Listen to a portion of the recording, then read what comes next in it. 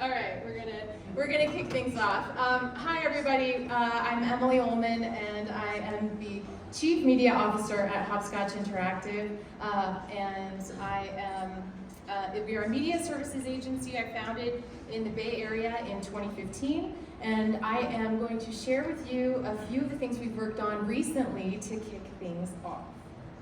So, here we go.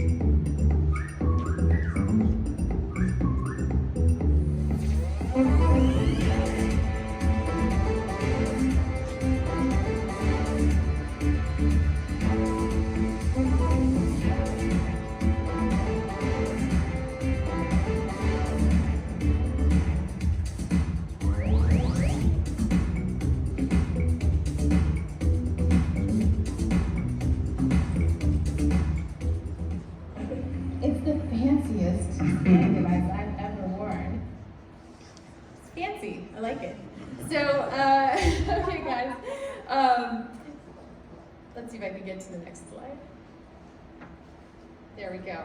All right, so that was some of our work. And so for the last 7 years at Hopscotch Interactive, we have been pioneering the use of 3D scanning and new media, primarily for residential and commercial real estate. We've supported everyone from foundation engineers, helping them efficiently draft as-built plans, to creating extensive marketing campaigns for luxury real estate and commercial office leasing. During the pandemic, our team even used drone photogrammetry, as you saw, to help create socially distanced Chinese New Year celebrations in San Francisco's Chinatown when it was shut down because of the pandemic. So you may be wondering, how did this all happen? Well, when I first started experimenting with reality capture in 2015, something clicked for me. I grew up in a construction family, and my father was a general contractor and architect. So being on job sites was a native environment for me, but it had sort of laid dormant for a few decades. And reality capture brought a new way of seeing the world to my life and led me quickly to virtual and augmented reality. It was sort of the next deeper immersive experience. So as part of my explorations on these topics, I've shared my learnings with others via the Hopscotch Interactive YouTube channel, and also as a frequent speaker at conferences such as Augmented World Expo, RealCom, and now GeoWeek. Yay! I've been evangelizing the use of XR now for some time, and has seen its application in many fields from medicine to entertainment, but it has always been the practical applications of XR that have resonated the most with me. So having created digital twins since 2015, I've developed a sense of pride when I see colleagues producing best-in-class advances with their technology. Their wins are my wins, their wins are our wins, and their wins are your wins. And one of my pet peeves, of course, is that whatever the current hype cycle is, sort of distracts everyone from the actual great work that is being done by real folks building real solutions and grinding on their visionary applications every day. So, since I love VR, I love AR, I love all things related to it, this past weekend I attended Space Explorers The Infinite. Has anybody gone to this yet? Anybody heard about it? No, yeah, okay. Well, I hope that you get a chance to try it out. It's a free roam VR spacewalk taking participants 250 miles above the Earth onto the International Space Station. And while I was looking down at Earth, experiencing something of my own overview effect, let's see, which is sort of this feeling you get of awe when you see the planet, I was reminded that having the ability to see our world in a new way and to gain perspective, such as seeing the Earth as a whole planet, is one of the many reasons that XR continues to have such a profound effect and impact on my life. XR is good for many things, but is extraordinary at creating immersive environments that can bring new perspectives to projects as a whole, or to illustrate critical elements in impactful ways. So, when you see the media presented to you today by my colleagues, keep an eye out for how many of your projects could be better understood by the ability to present both the universal as well as precise mission-critical information with XR. In a talk I gave this past November to an audience of real estate media professionals, I reminded them that the first scanned photograph of Russell Kirsch's infant son, Walden, in 1957 brought us our first pixel by asking the question, what if computers could see the world as we do? So in barely a generation, we have seen the advancements of visualization go from a mere pixel to a fully spatial interactive content with 6 degrees of freedom and a semantic understanding of the world around us. The practitioners of advanced visualizations you will hear from today are also pioneers. Just as the team that sent Apollo 13 to the moon and achieved amazing things in the early days of computing, we can all look to what is possible today in the early days of XR as a roadmap towards what it will enable for us in the future. So as Bill talks to you about leveraging digital twin data with AR, or Mark shares how he and his team provide value by animating reality capture, or Sandra and Martin share with you their successes utilizing virtual field visits, and Nick illustrates how XR solutions align teams with remote collaboration, it will become apparent that creating real-world value using XR is something within the grasp of every single person in this room. So with that, I just want to say one more thing, and that is that the thing that excites me the most is that nobody here needs to add a marketing spin on it. We don't need to sell the metaverse to anyone, and that's because enterprise XR applications illustrate that once deployed, all other visualization tools will appear antiquated vis-a-vis the power of utilizing XR to produce actionable results. So with that, I would like to welcome my colleague, first speaker, to come up and take the podium.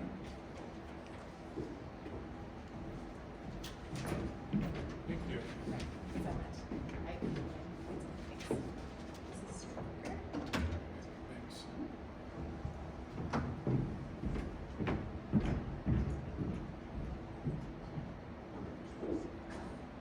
Will my slides come up? Well, I'd like to thank the Academy for a great speech.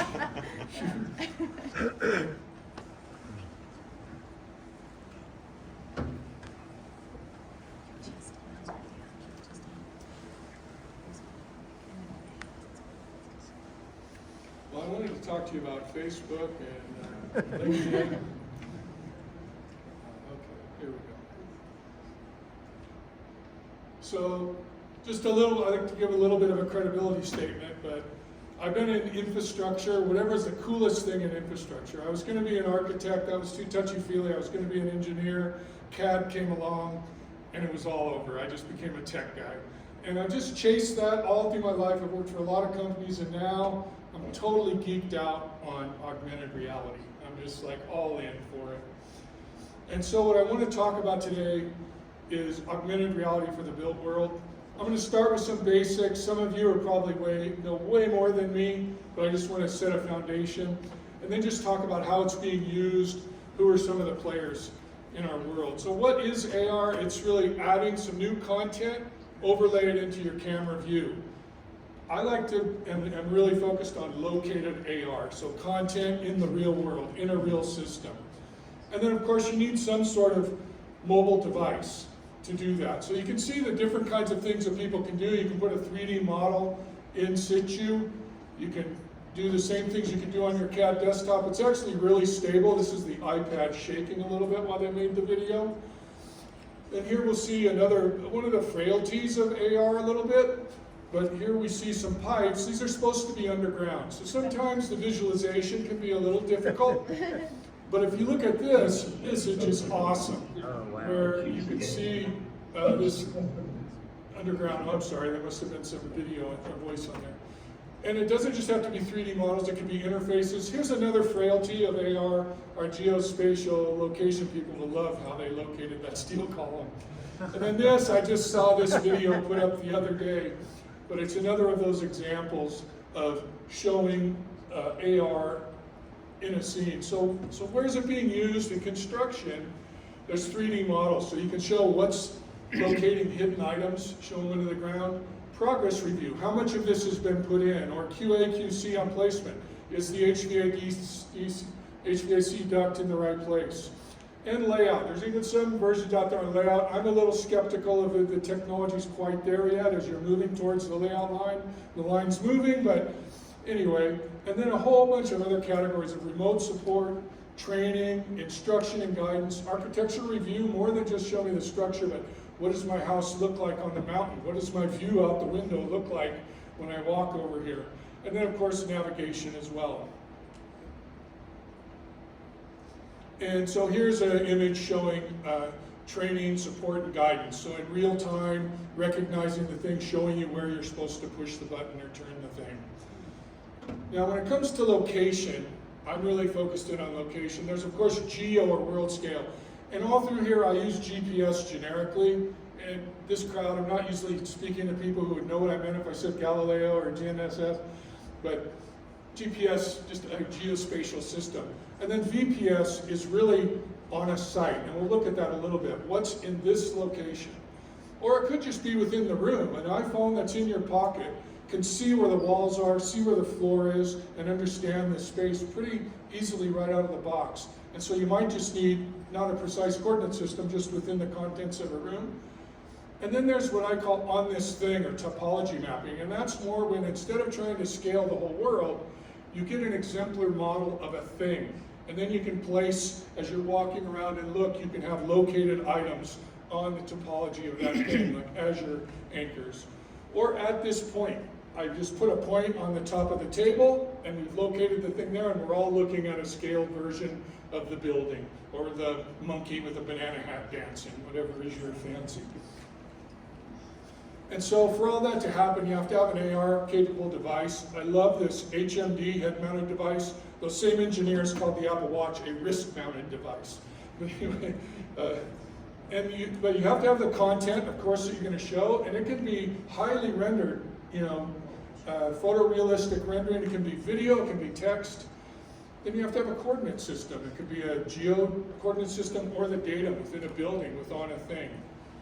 And then the content itself, it's a nuance, but the content itself needs to know where it lives in that system. It needs to know its place in that coordinate system. And then the device has to have some kind of technology to be able to locate where you are within that scene. Again, GNSS. So out of the box, if you're trying to use an iPad, it's not that good, right? The GPS positioning. But a couple of zeros, a few $100s, you can get down to a couple of meters. 3 zeros, a few $1,000s, you can get tighter and so forth using that. And of course, the position is better than the azimuth. For every degree off the compass is, at 100 feet, you're off close to 2 feet. And so if you're off 5 degrees on your compass at 100 feet, you're off 10, 12 feet. So things start to get pretty bad if the compass isn't tight, but there's lots of tricks and things we do to overcome that. Now VPS, a virtual positioning system, there's sort of 2 steps to it. One is you have to reality capture the site somehow. The most common method is with photogrammetry. It's sort of a customized photogrammetry because it's looking for colors and shapes, but it's making a mesh, and it's an exemplar model, and you store that exemplar model. Then in real time with the device, using the camera on the device, it's doing photogrammetry in real time or computer vision, and it's figuring out, it's finding those relationships. Very much how the Shazam can recognize a song within a few seconds because they've put the songs into mathematical patterns. They've taken the topology of the building, and there's flat surfaces that are related to each other, there's colors, there's shadows, there's edges. 100,000 square foot building, you can locate the user in 2 seconds inside that spatial map and keep them amazingly involved. And we can see that, let's see if this runs here. So here you can see it in real time what's happening. These are the points that are in that exemplar model, and this is how many of those points are being used to keep track of where the user is as they're moving through that space.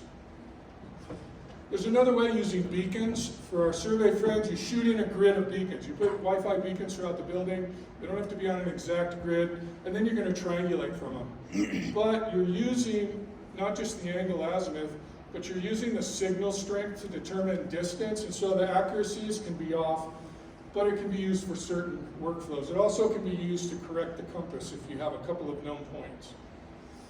This, you might want to have your camera out if you're interested in building your own or understanding who's doing what, but here's a whole list of people that are, these are all companies that are doing 3D models. Acular, I think, is going to speak next year. Argyle was one I showed you the video of the HVAC stuff. A couple of the big players. Visualive will probably be a big player. They're owned by Unity, but I haven't seen much coming out of them. So just some people, but that you can keep an eye on. And then I tried to come up with some categories here, but basically the training and support, one of the big players there is LibraStream. On the platform product, what I'm saying there is a tool you can buy and start creating your content and putting it out in the world. KP9, the Worldcast, Will McReynolds is a wild man and has a really great product out there, and just some of the others. And then of course just basic technologies that you might want to use. A lot of them call them no code and low code. I'll just tell you, if you see that, it's a code word meaning code. Because how many word processors say low code word processor? It's coding, but you know, there's just a lot of people throwing the technology in there and they haven't built out all the nuances for the full support. So if you're a coder, it's a great environment, great way to get started.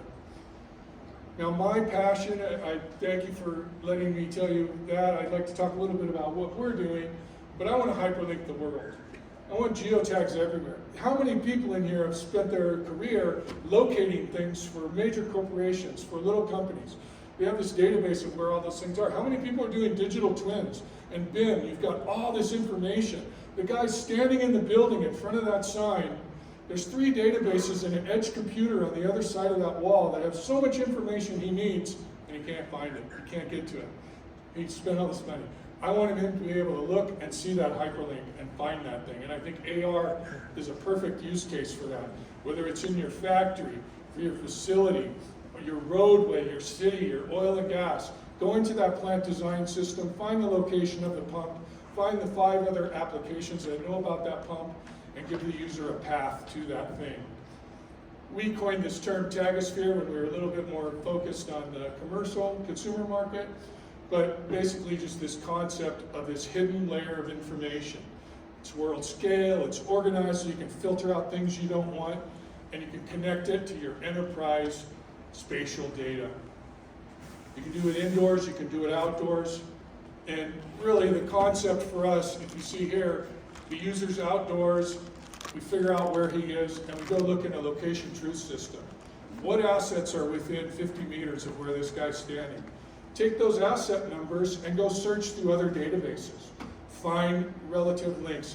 Maybe a practice manager has laid this out, and then offer them up to the user. All the user needs to do is look and pick and see what's available.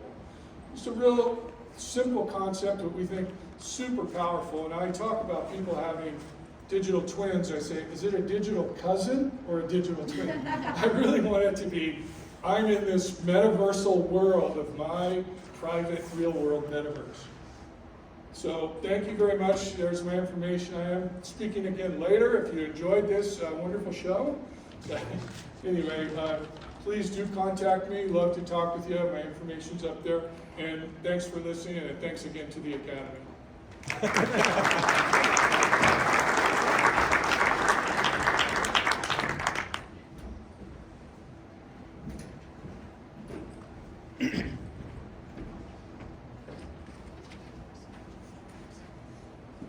Great, well thanks Bill, that was so informative and awesome. Totally, I geek out on this stuff, so I love it. So.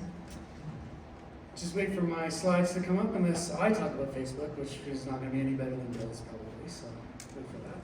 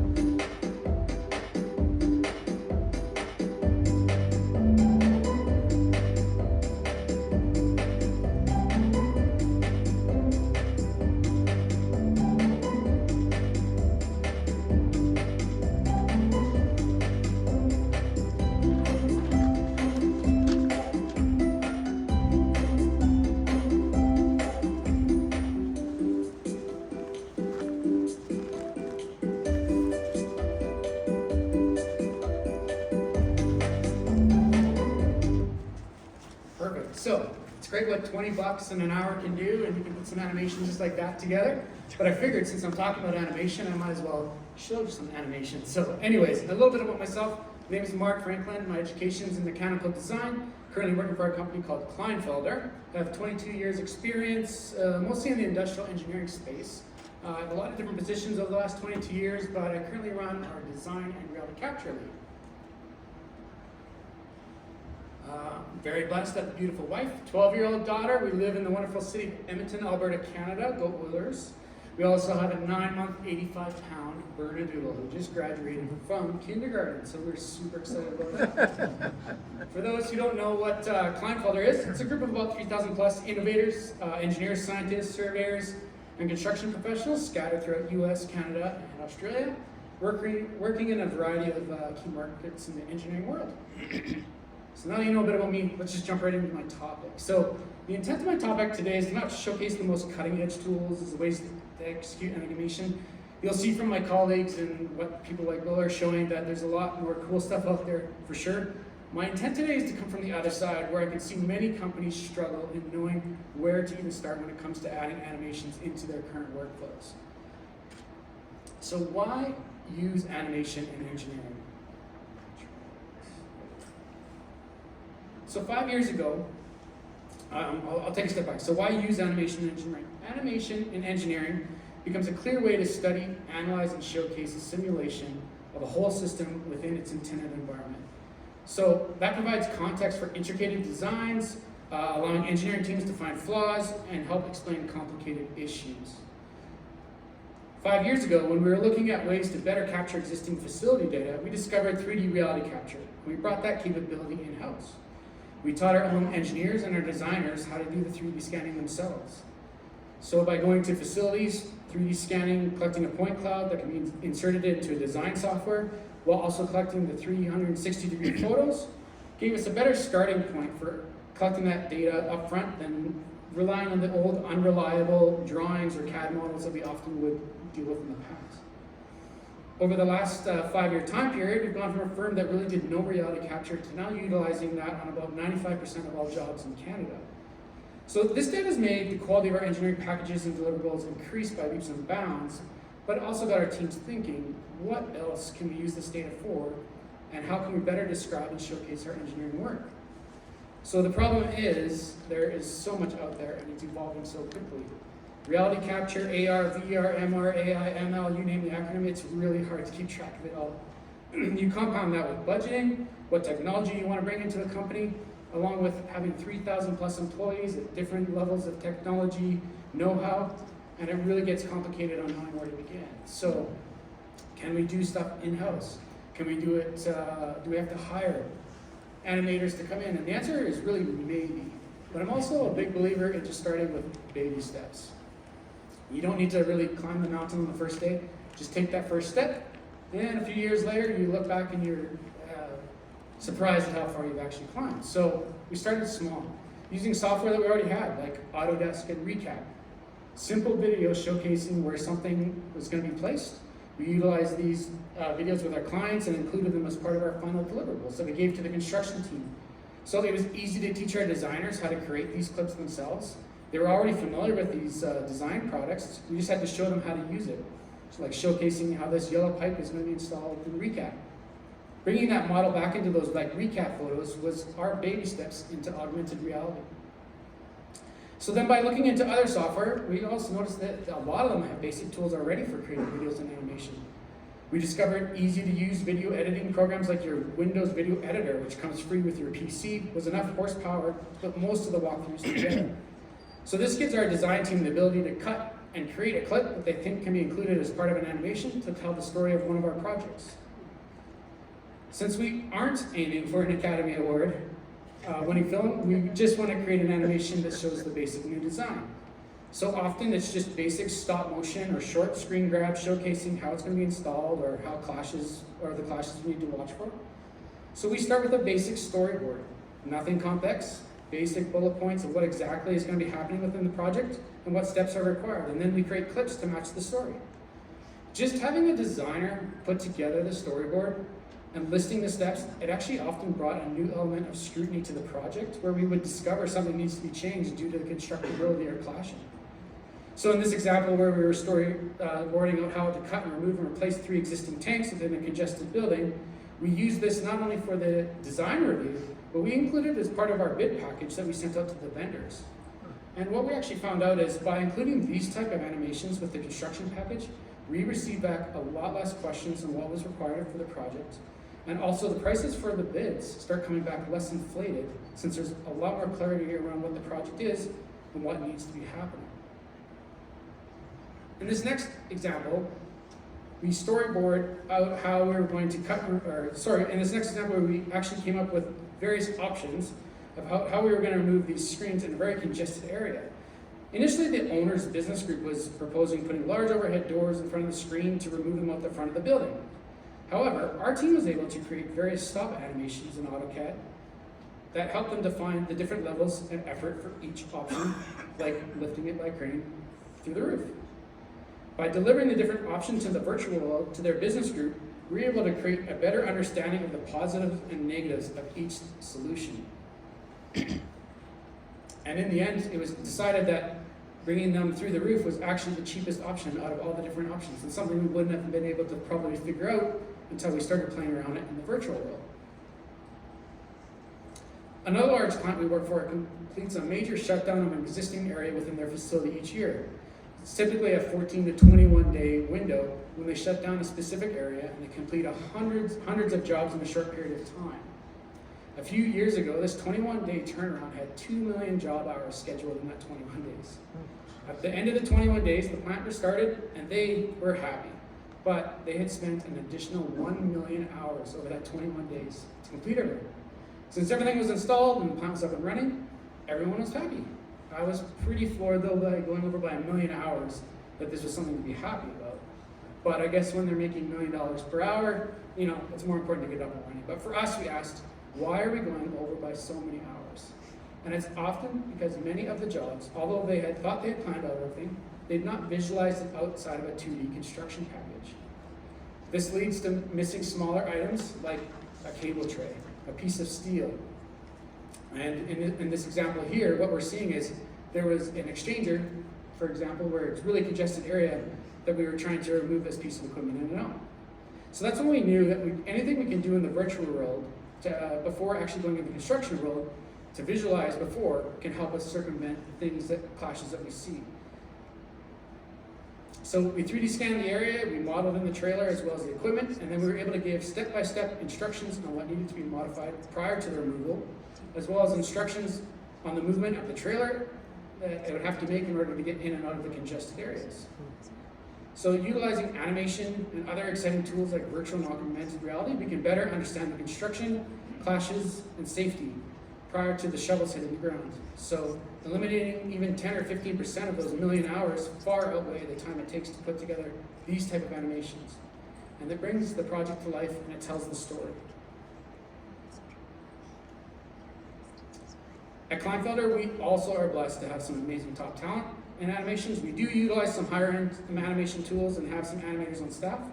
Where polished and possible public presentations are required, utilizing these type of tools are very great. I see the space growing, and I see engineering firms hiring animators and videographers in the future, since clients can now see the value of how telling the story of how a project is going to be executed can quickly pay off. The good news is that you don't need to be a trained animator to bring these projects to life, and chances are you can utilize a lot of the software that you're already working with. So start with defining the story you want to tell, and use baby steps to bring it to life in the virtual world. Thank you.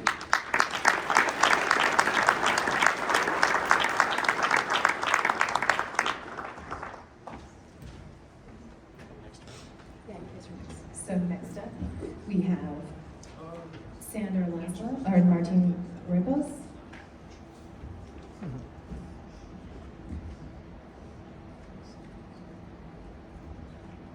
Hi, good afternoon.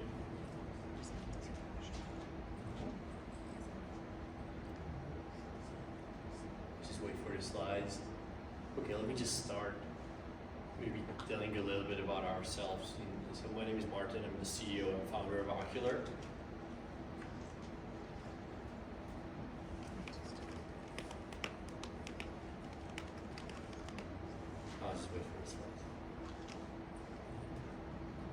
Thanks, Mark. Fantastic presentation, by the way. Yes. Thanks for mentioning us earlier, Bill.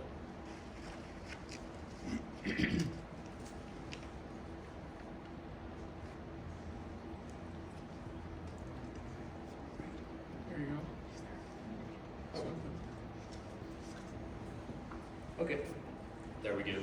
So Ocular is a 3D visualization platform, digital twin platform.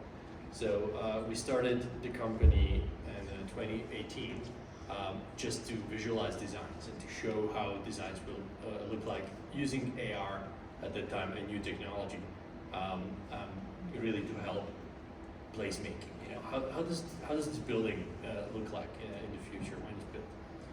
And over time we evolved, and we evolved a lot into visualizing on all kinds of platforms, but mainly in construction and operations, adding data to the 3D models that we visualize. We, as you can tell, work a lot with Magic Leap. Magic Leap 2 is a fantastic device, so we're their AEC partner globally as a software that comes pre-installed in Magic Leap. We also work with VR goggles, Oculus Quest, iPads, phones, you name it, and web, of course. What I want to show you after this presentation is, and after the panel, is one really cool solution that we developed together with WGI Engineering. WGI is a great partner of ours and has been for many years. So let me show you a bit of construction use cases. So basically using MR in construction site to at construction site to really check and to validate your design and your BIM model on site. Just play a quick video. So they love this. It's so much better than the iPad. So this is Shabbat. They're doing this. That's the actual. Life Sciences Lab refurbishment That's so much better than the iPad. in Boston, just outside of Boston, Massachusetts. They love the technology. You put the goggles on, you walk through the construction site, and you see. You don't have to realign, recalibrate. You just walk through and you see it right there. And then of course you can add data. You can add documents. You can add workflows. We're connecting to BIM 360. We're connected to Bentley iTwin. You can pull all of the data, and visualize it as you are walking through the construction site or an existing building, for the sake. So one of our biggest clients is in the Middle East. It's they're working on mega projects where you have 10, 12,000 people on a site at each time. And what they do is first they align in a VR room. They align and discuss what they're going to show on site, and then they actually show it on site, as you can see the other picture. So increasingly they started asking us. We're working on their third project right now. And you have hundreds of people running around the site with iPads and coordinating. And now they started adding the Magic Leap, and they started asking us about geospatial data. The investors started increasingly asking them about, okay, so can we add scan, laser scan, LiDAR scans? Can we bridge this beautiful BIM model that you have, this federated BIM model from 400 suppliers, subcontractors? And so can we add the surroundings, and can we make sure that the BIM model sits, in the reality, in the scan? But they started asking the general contractors, and they of course have not a lot of knowledge about that, right? So they need to start asking the engineers. So we turned to our friends at WGI, and we started developing a solution where you can make supplemental measurements in a combined BIM and geospatial LiDAR scan and point cloud. So what you see here is this is a BIM. So this is part of a refurbished travel center. And it's you are able to work together, multiple engineers, take supplemental measurements of the BIM and the point cloud. So the engineers can see each other, they can hear each other, they can work together in the same, in the same project on the same virtual field visit. Saves a lot of time, saves a lot of cost, and of course is overall very efficient. you can see each other, meaning, you see an avatar of the engineer right next to you, and he can tell you what to do. The senior can tell the junior what to do, and you can just take the measurements, and that saves into your files. One really cool thing here is that you can go underneath the point cloud, because this is BIM plus point cloud. So you can go underneath, and you can actually take the measurements of the pipes and the infrastructure, whatever underground, whatever you not typically see in a point cloud, and then you can, do the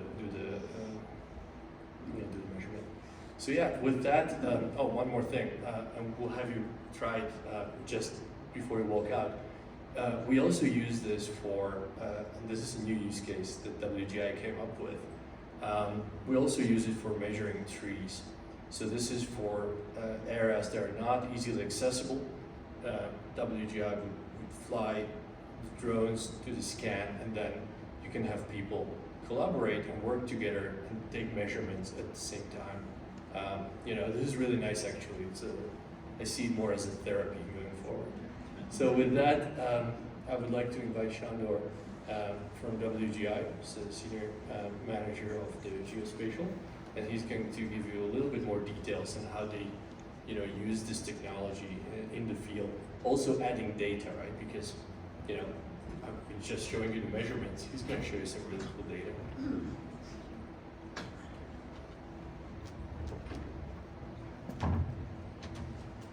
Good afternoon. I'll just give the slides a second to show up. And meanwhile, my name is Sandra Laszlo. I am the Senior Operations Manager responsible for WGI's Geospatial Technology Group. My background, I'm a civil engineer by training. I've been a PE, and I made the transition into geospatial about 7 years ago, mainly because of LiDAR and the technology that is used. In my background, I did a lot of software development, so for me it was a natural transition to move into this environment with this spatial data and work and develop algorithms that allow us to extract actionable information from them. So at WGI, our core values drive our culture, much like any organization. I've listed 2 of ours here, and they're relevant for the idea behind this application. Passion for people means many things, one of which is our commitment to never compromise on safety. Our focus on keeping our people safe is paramount to our success and is non-negotiable. Safety is always a top priority. Be the change you seek. This embodies many tenets, but for me, the idea to promote efficiency and embrace technology are at the forefront of what we are doing with this application here. Safety, efficiency, and technology are all front and center in this concept. WGI has 25 offices spread out throughout the United States. In these offices, we have surveyors and engineers that are very technically skilled in their areas. And when we are trying to leverage that knowledge and use it for projects, we need a good way to collaborate and bring those people together and their knowledge together so that they can work towards a common goal and visit environments where they typically would not have had the chance before.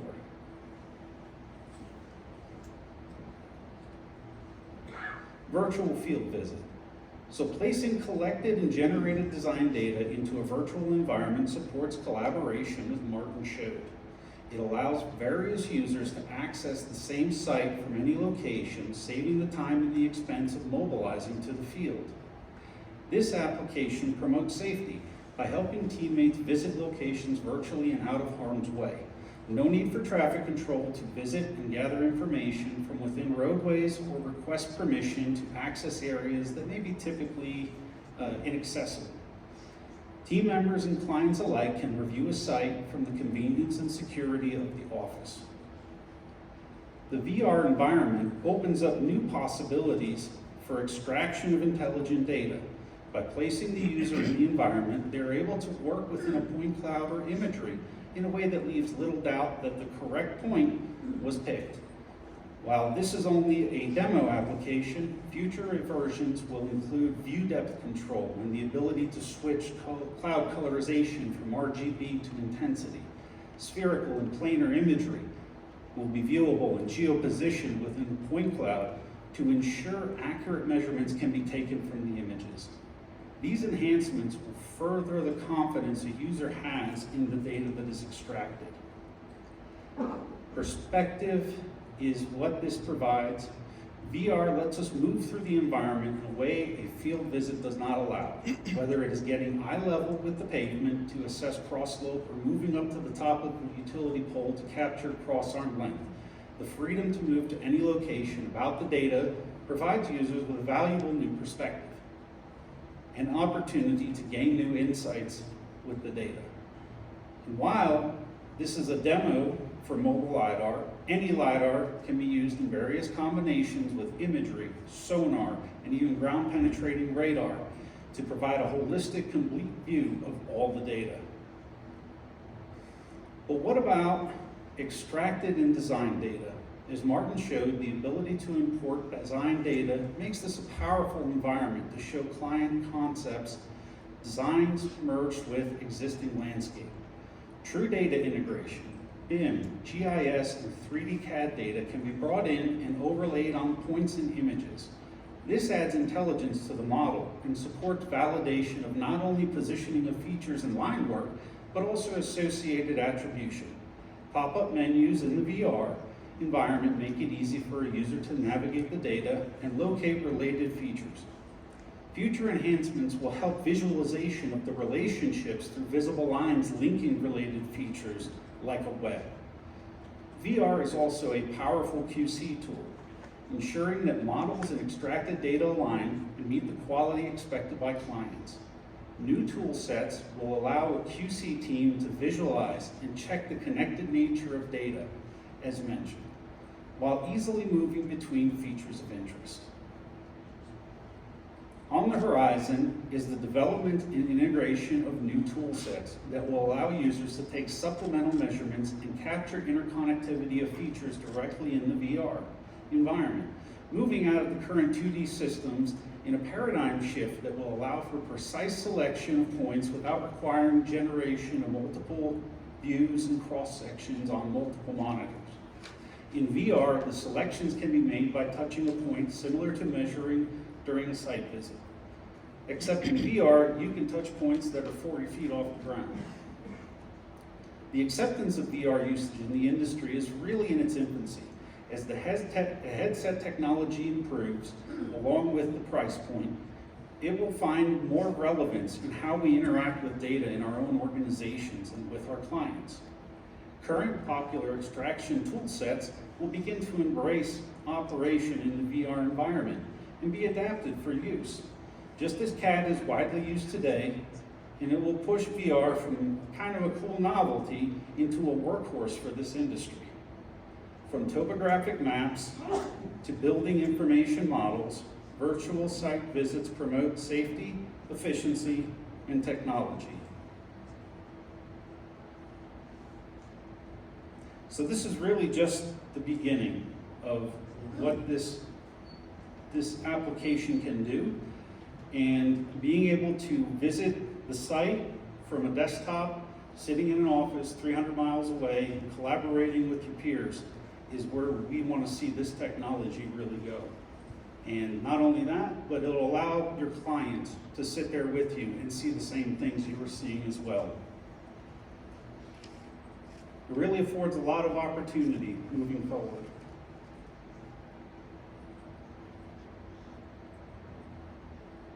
So, I do believe this is truly just the beginning. And thanks again to Martin and Acular for their partnership, and thank you all.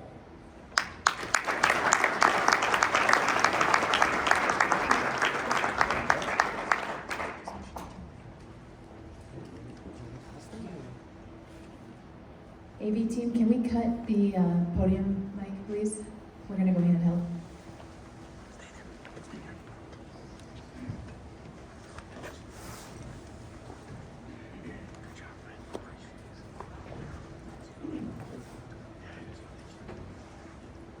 trying to buy time until the slides are up.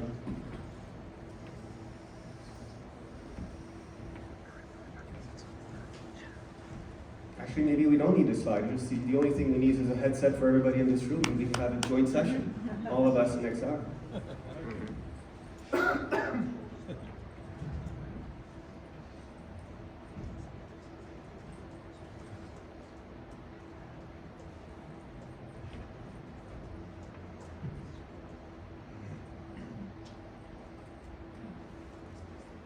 All right, we're up. Hi, everyone. If you think about the fact that we've heard so much about the metaverse in the last 2 to 3 years, there's been a lot of press, a lot of hype about the metaverse, and I think it's fair to say that today there are those who strongly believe in it, without naming anyone. There are those who don't believe in it at all, and then there's most people who sit somewhere in between, believing in it, but still wanting to be sure and convinced that it has value. Now, you notice that I've used the word hype when I referred to the metaverse a second ago, and that was intentional. If you look at the typical hype cycle, we know that for any new technology, any disruptive technology, we typically go through these cycles and these phases until we can really fully realize the value of the new technology. We would probably agree that we've been in the peak of inflated expectations in the last 2 to 3 years when it comes to the metaverse.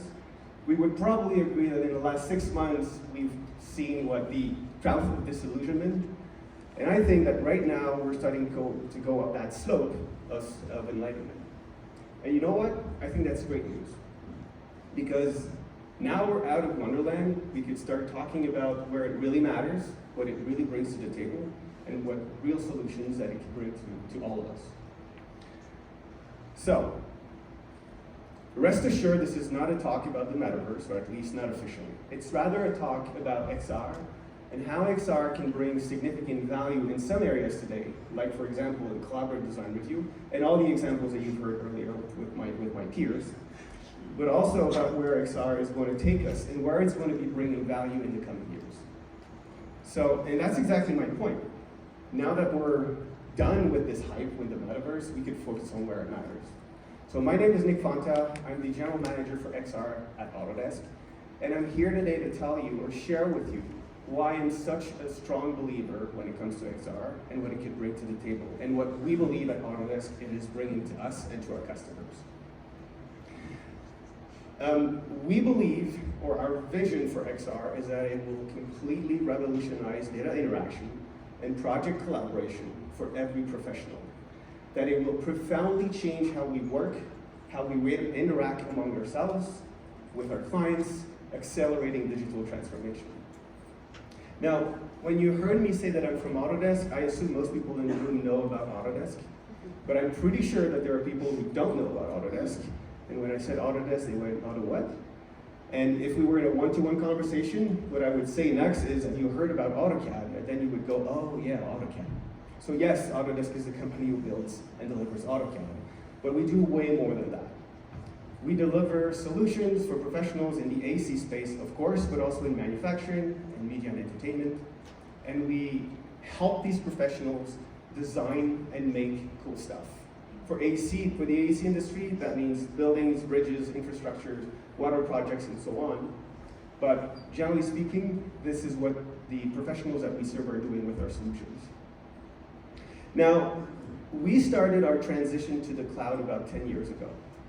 And what that means is that we started connecting our existing solutions to cloud services, and we started building tons of new services that are allowing the data to flow and people to collaborate and be connected. We've also started a transition towards what I call real-time in general. So real-time access to data, real-time connections between people, and more recently, we've embarked on our XR journey. And I'm not sharing this with you to brag about Autodesk. I'm sharing this with you because I believe that each and every one of you probably have to go through a similar transition in your journey to get to this transformation. And this is one of the main key points that I got from the keynote this morning, actually. So, we've been looking at the industry, looking at trends, talking with customers, interviewing tons of people in the field, And we came to the conclusion that there are about 6 main use cases or opportunities where XR can bring significant value, and it matters to us as a company. In no particular order, this is what they look like. One of them is what I call designing in XR. This is about taking a creator and putting them in this immersive space where they could be fully creative in 3D, either by themselves or with others. Quite frankly, we see that starting today in more like conceptual phases and early sketches, but we believe that eventually the days where we design on a 2D screen will be gone. The next opportunity is what I call collaborating on design review. That one is probably well understood and known by most people. It's about bringing people together from anywhere in the world so they can look at their data and make the best design decisions as possible. The third one is slightly different. This is when AC professionals, if we focus and we look at this through the AC lens, when AC professionals are trying to convey an emotion, communicate a story to their stakeholders who typically are not professionals and don't necessarily understand BIM and 3D.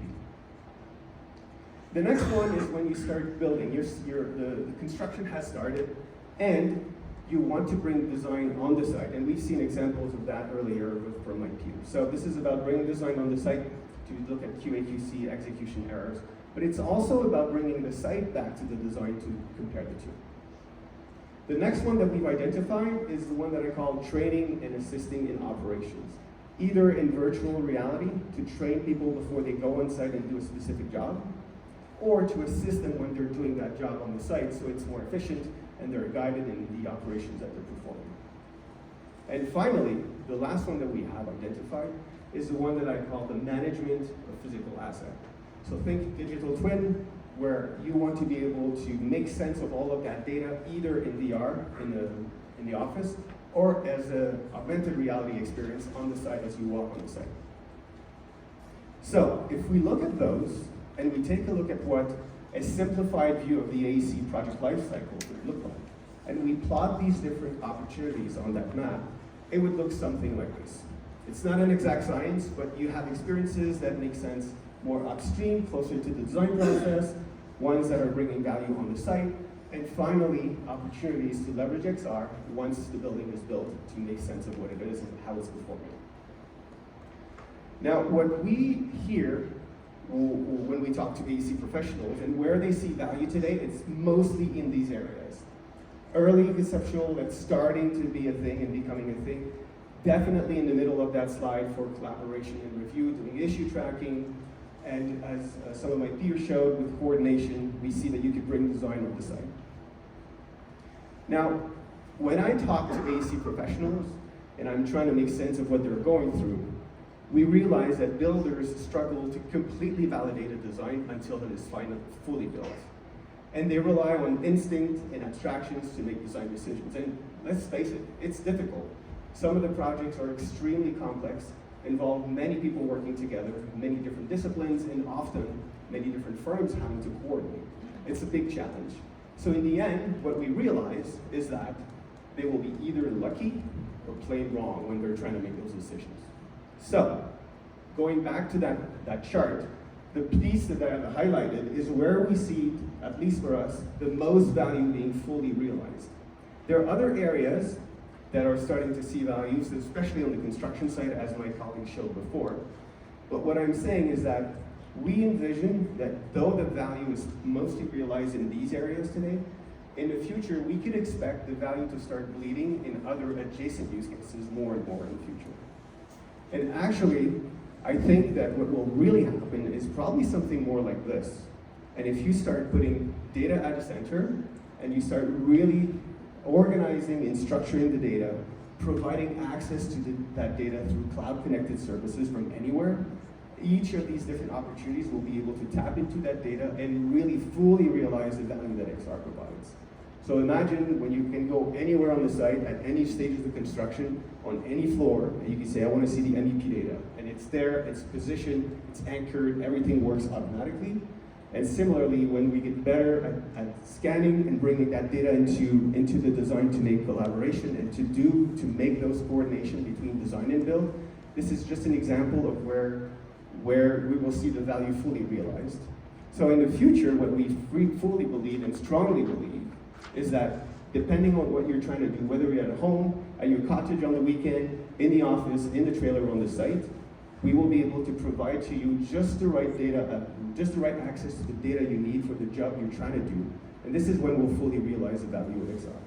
And that's why I truly believe that XR will revolutionize data interaction and project collaboration for every professional. Thank you.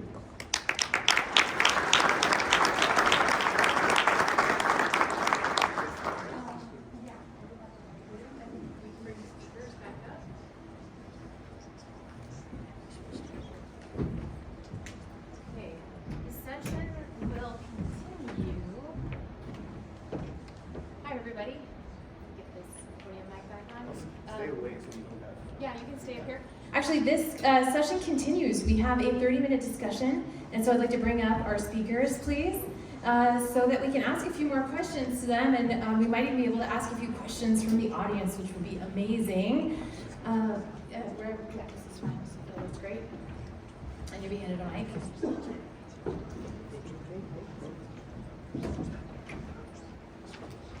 But the first question is actually for the audience.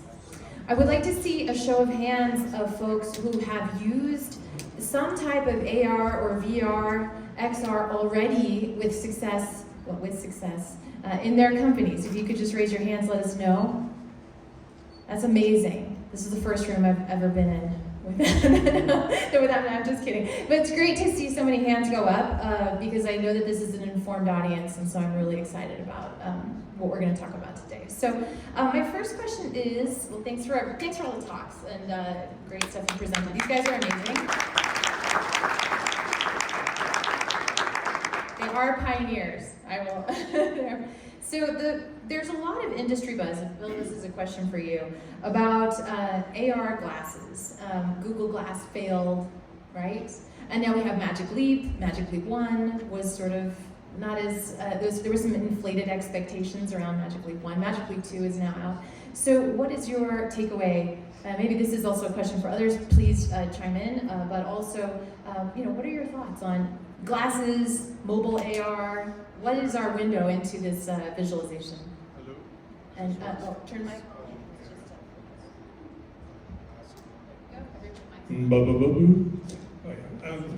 Yeah, of course, several years ago when I first started on my journey with AR, I was like totally geeked out on the glasses, and I say, there's a day in the future, Apple's going to ship their glasses and the world's going to explode, and I want to be there.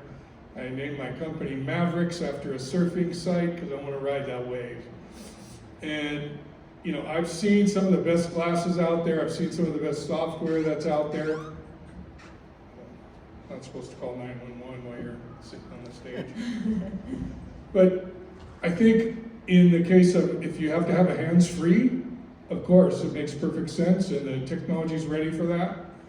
There's some controversy, is my safety guy going to let somebody walk around the site with a dimmed set of glasses that's, are they safe for the environment? So I think the use cases are there. I think it's going to progress over time. I use the analogy, you had that pixel thing up there. I use the analogy of television. When I was a little kid, there was 3 channels and they would roll on the screen, and now, we all met by video to have a meeting, and one of us was in Dubai in a convertible during the meeting. I mean, the world of video has come this whole, we can imagine it'll be there. But, and everybody's doing it. Even the VR glasses all now have passed through because they realize AR is the real world is an important thing too. Yeah, absolutely. Anybody else want to add to that? Nick? Nothing? I guess. I agree. It's inevitable. It's just getting better every year. We have ups and downs, but generally, if you look at the trend, the prices of the device are getting more affordable, more accessible, whether it's Meta, Apple, or whoever you want to join in. I'm convinced that the trend is in that direction, and we'll see devices becoming cheaper, more comfortable, better battery life, and safer for the site or for whatever AR application you want to use it for. Yeah, I'll just maybe add, definitely the companies that provide software need to be agnostic to the glasses, to the goggles. These will evolve and they will change, and new players will come. You know, and I remember beginning of last year, we were deploying a really cool VR room for one of our clients, and we installed that on the device. I'm not going to name it, but now it's completely obsolete. You know, and that's 18 months or so, completely obsolete, and we spent tens of thousands of dollars on devices and the computers that were running the devices. They're still using it, but it's kind of in a corner of the room. You know, so definitely be ready for a new device every year, I'd say. Absolutely. Yeah, the devices do have a life cycle that is shorter than we all wish. Shorter than we all wish. So I think that that's also sometimes people also say the vision was never even to be in goggles, was to be in a cave. If you talk to the VR cave and have a 360 display around you, right, to free people from the goggles and the headsets, you always will have that form factor as an issue. So I would like to actually ask Mark, since you presented second, I wanted to ask you about clash detection a little bit, because when we were seeing your presentation, you showed us some things where obviously you had reality capture. Reality capture showed what was in the environment, and we were watching, these things rotate through objects. And I was thinking, oh, well, wait a second, like, is that a good display? Is that a bad display? Maybe you can elaborate on exactly what happens at that moment when somebody sees that there's a clash. I think honestly that's probably why we started actually creating these videos for our clients, because we were actually starting to do that anyways in our CAD models. We would take a CAD entity and start twisting it around, and we would see it hit something there, and then when that goes to our civil engineer, and he's like, okay, I need to move this up, or she's like, I need to change this design, so our designers would then actually take that and create a new solution for it. So then when we're creating those type of videos for our clients, that creates that value that we're able to now explain and say, look, see the trailer, it is hitting that piece of steel. How do our designers go about changing the design in order for that to fit in? How are we going to move it? And so that's really enhanced our QA/QC process. And does the cost, so I think that's another question that I think might be interesting for folks in the audience. I mean, the cost to develop the animations has to be so much less, right, than finding out too late. I mean, like you said, you get lucky or you're wrong. Nick, and I think that's, how much money are we talking about? How much do you think can be saved? I mean, if a project is of a certain scope. That's right. So when you start looking at the back end of everyone's on site and they all of a sudden clash something and they have to call people up to remove it, it's huge dollars. It's millions of dollars, right? So it's easy for us to create, like I said, they weren't fancy, they weren't really polished. All they were was a designer basically at his screen moving a piece of object around. As she would move it around, she'll take screenshots of it, and each time she does that, she starts to create a video for it. So our designers are really not spending a lot more time. They were doing this anyways, and like I said, because we have those tools on our computers, like Windows Editor or like these video things that are really easy to use, just whenever you come across something, create a clip for us, and we'll include that as part of our story at the end. Anything that can help our design. Amazing. So has anybody in the audience has saved money using VR or AR? Since some of you have worked in this before, I'm just curious if you had any. And just show of hands, like has you seen this be successful? And you're amazing. So the communication with your team to get to extract something out of your team where they may already have these tools but they don't know it yet. I think that is also one of the things we've sort of stumbled upon as we've experimented. We've kept experimenting with this. But how hard is it to get management? Maybe we can have some, maybe Chandra, you could share, what is it like to get buy-in inside of a big project to say, we're going to deploy this thing. It may have drift. It may not be able to precisely, give us the exact location. There may be some tolerance of things not being exact. But what are some of those challenges or bottlenecks in the buy-in process? I think the value comes in, and really my experience has been more from the VR side. Being able to bring the data in and provide it to the client We do a lot of work where we're doing a lot of as-building, so we're capturing a lot of information in various GIS formats. We needed a good way to show our client that information against the real world, because they're going out there and they're doing live design work. So what this facilitates is they can go in and not only see our data, but they can see the environment around it. So if they have to make quick decisions on adjusting a design, they know where they can make those adjustments to based on the surrounding data. So it adds a lot of value, and we have clients that already pay for that kind of service because it allows their team to go in and make quick design decisions outside of what they typically ask us to collect. So they can do supplemental measurements and do things like that. Yep. So let's see here. So Martin, tell us about your experience now a little bit more. I want to hear more about Magic Leap 2 a little bit, if you could share. We saw the video, we saw how people were using it, and I've worn a Magic Leap 2. You guys saw in the video earlier, I was using it at a client. We were walking around trying to show somebody what a commercial real estate space would look like with a new build out.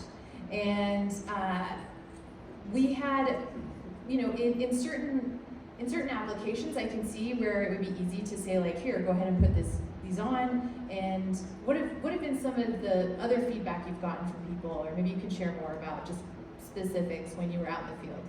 Yeah, no, that's a good question. Not everybody had a chance to use it. I must say it's a fantastic device. You know, it's a really good device. I think the best I've seen on the construction site. It's the first one that actually is usable on the construction site because the field of view is vertical, so you can actually see where you're stepping. So from the health and safety perspective, that is super important. And you are able to walk sites, like with Shamud in Boston, we were walking sites for half an hour each. You know, walking around, talking. One person would have the Magic Leap, the other two would have iPad, but you know, so we can see, you know, what the first one's seeing. Really cool device. But you know, we can show you. We have the Magic Leap here, and we actually, together with our partners, BIMstream and Navis, we created a digital twin of this facility. Last year they did the scan, so we've got the convention center in Magic Leap. You can walk around. I also have some really nice interiors, so you can see really cool details. You can, you know, it's very precise. I mean, they use it in surgeries, right? They use it for medical purposes. Just imagine you bring that into AEC, and now you have, you know, a laser precise device that doesn't move. You don't have to recalibrate. You just set it up once, and then you just walk. You know, and so, you know, that's unseen. But let's see. You know, I'm sure there will be devices that will come this year that will maybe be even better. We'll see. You know, one thing is overheating in the desert where we use it a lot. We're looking to, you know, well, coming summer, we'll see how it will perform in, you know, 100 degree plus heat, which is of course normal. So, you know, we don't think, even the manufacturers don't expect that it will perform really well, but you know, we'll try it. So That'll be the that's Magic Leap 3, right? We'll get the they'll get it right on the next version. Nick, I was looking at your what you were sharing, and I was thinking about Hollywood. I know you guys were joking about the Academy earlier, but I think that I was having this moment going, wait a second, like this is virtual production, this is green screen, this is you know, we're trying things out as a team remotely before we actually go in, and especially in AEC, we're saving time, we're saving money. So how much do you think that this is, you know, I mean, you're focused on AEC, but have you seen, you know, other sort of crossovers like that, or where what you're doing, you see applications for other things that come up, like creative uses for this, besides what you're Is that doing? a question for me? Yeah. Okay. The answer is yes. So we are currently putting most of our focus in AC when it comes to XR, but we also have products who do XR stuff in the manufacturing space, specifically in automotive, for review, for ideation, for sketching, and in the M&E space for virtual production, to your point. Absolutely. You might have heard some of the stories around some of the famous movies that we can't name who are building them, but the virtual stage, virtual production It's changing how people work from very, very early on and saving them a tremendous amount of money. But not only that, in M&E, the environment in which you're now filming allows them to have a better sense for the actors of what the full film will be looking like with post effects.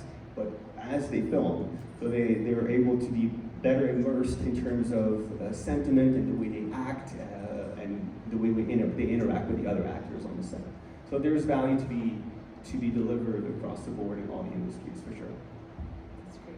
I want to invite anybody who wants to ask a question to come up. We have a microphone here in the middle of the aisle if you wanted to ask a question, because I want to hear from you. Also, Nick, just another question. How does somebody start their XR journey then? If they're new to this and they don't know what are the first things they could do to get into it? Again, for me, right? For you, Okay. Nick.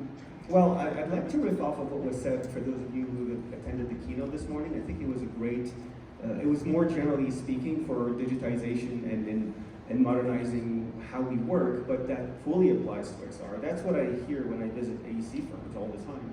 It's the fact that they don't know exactly where they are. They don't know where the value can be delivered to them.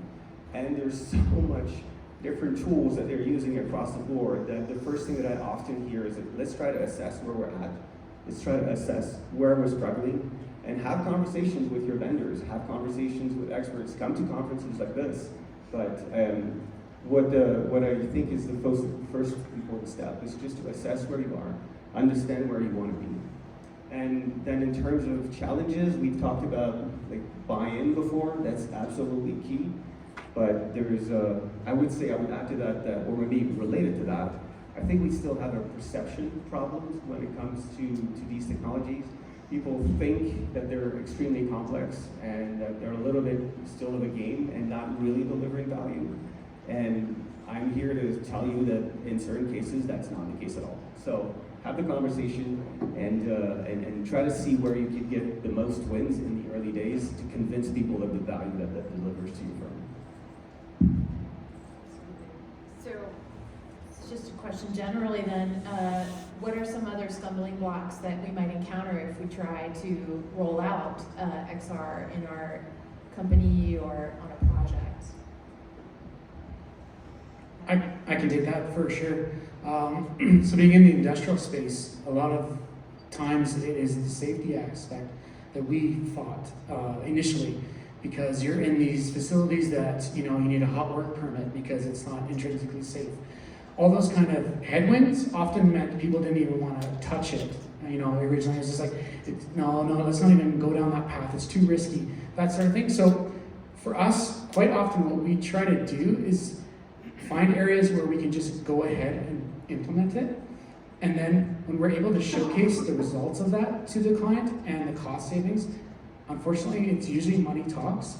If we can showcase why using this device for this situation saved them X amount of dollars, then the conversation switches from it's too dangerous to be like, okay, how do we make it safe enough to actually use this? Because we actually need to use this because it's saving us this amount of money on each project.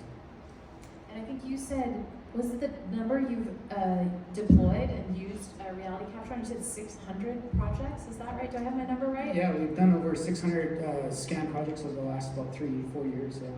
I think that's a staggering number. Knowing how complicated some of these projects are and how big they are these small? I'm just curious, like, what's the scope? Are they little things like scan this room and tell me where all the outlets are? For sure. Like, what are we talking about in terms of complexity? So I think what changed for us was bringing in and teaching our designers and engineers how to do the scans themselves. So it meant if you're going to site and you're going to take pictures of the photo, you're taking a 3D camera now and you're getting a 3D scan. That being said, we do have a standard of practice and we have reality capture experts and some surveyors for when it does get to the magnitude that we need the exact georeference and survey control and that sort of thing, that we do implement it for that. But we honestly use it on every type of project. If you just are going to scan an electrical room, scan it 3D so at least we know where everything is, versus now we need this entire plant done, which we might do a little differently. But that's why 95% of our jobs in Canada we're doing by scanning first. Martin, you, for example, some of the stuff you were showing, these were aerial scans, I'm guessing, done with drone, like some of that was drone. So there's a big difference, right, between deploying a drone out and having somebody who just has somebody, you know, with a, I don't know, Matterport or a Faro in their car and rolls up. There's different skill levels, there's different knowledge needed, I'm guessing, to be able to do these different kinds of, you know, levels of detail and height as well. So are you mostly focused on trying to do these large, you know, much bigger, large scale outdoor scans? Is that really the focus? Not necessarily, right? So this is not really a question to me. I'll have Shandor you know, provide more details on the technologies, but you know, it's all about a use case, right? Wherever it makes sense. As to Mark's point and to Nick's point earlier, you know, I mean, you shouldn't be just doing this for the sake of it. You really need to find a use case that works for the client, and then you know, this is a means to you know, basically providing a solution to save money, to make things more efficient. So one great example is using the drones to do the scans of the forest, for instance, something that we can try after we finish here. It's amazing the amount of difference it makes, and I'll let you speak about the algorithms because that's really your wheelhouse. But you can just fly in to the point cloud and you can do the measurements, right? Whereas otherwise, you would need to send an engineer, you know, charge thousands of dollars in a potentially unsafe environment, go somewhere, park, you know, try to get to a side of a highway, count the trees and do the measurements, you know, and then you need to do it repeatedly, right? So this is just a very straightforward use case that Shandor and his team came up with. I want you to say a little bit about the algorithms. I'd just like to touch on too that it really comes down to scale of the project size that determines how you want to view this data. So, for example, we run mobile LiDAR, static LiDAR, aerial LiDAR, UAS LiDAR, manned fixed wing LiDAR. So we could be scanning a room, or we could be scanning thousands and thousands of acres.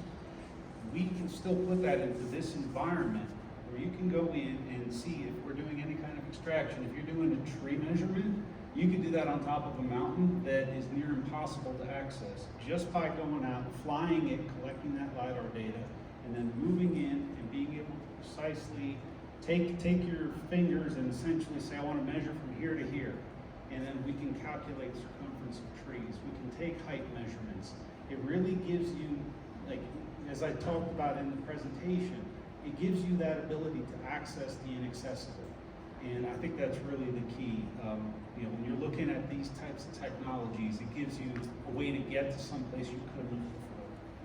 Yeah, I mean, and we're in Colorado, right? So vegetation management is a huge topic. I think that we can't, underestimate the impact these technologies will have when you look at things that seem like they are problems that are far too vast for anybody to tackle alone, right? And so being able to deploy these kinds of solutions and know how to hit it from which different kind of technology and hardware and and then what you're going to do with it when you get back to the office and everybody's collaborating. I think that's this is going to be a game changer.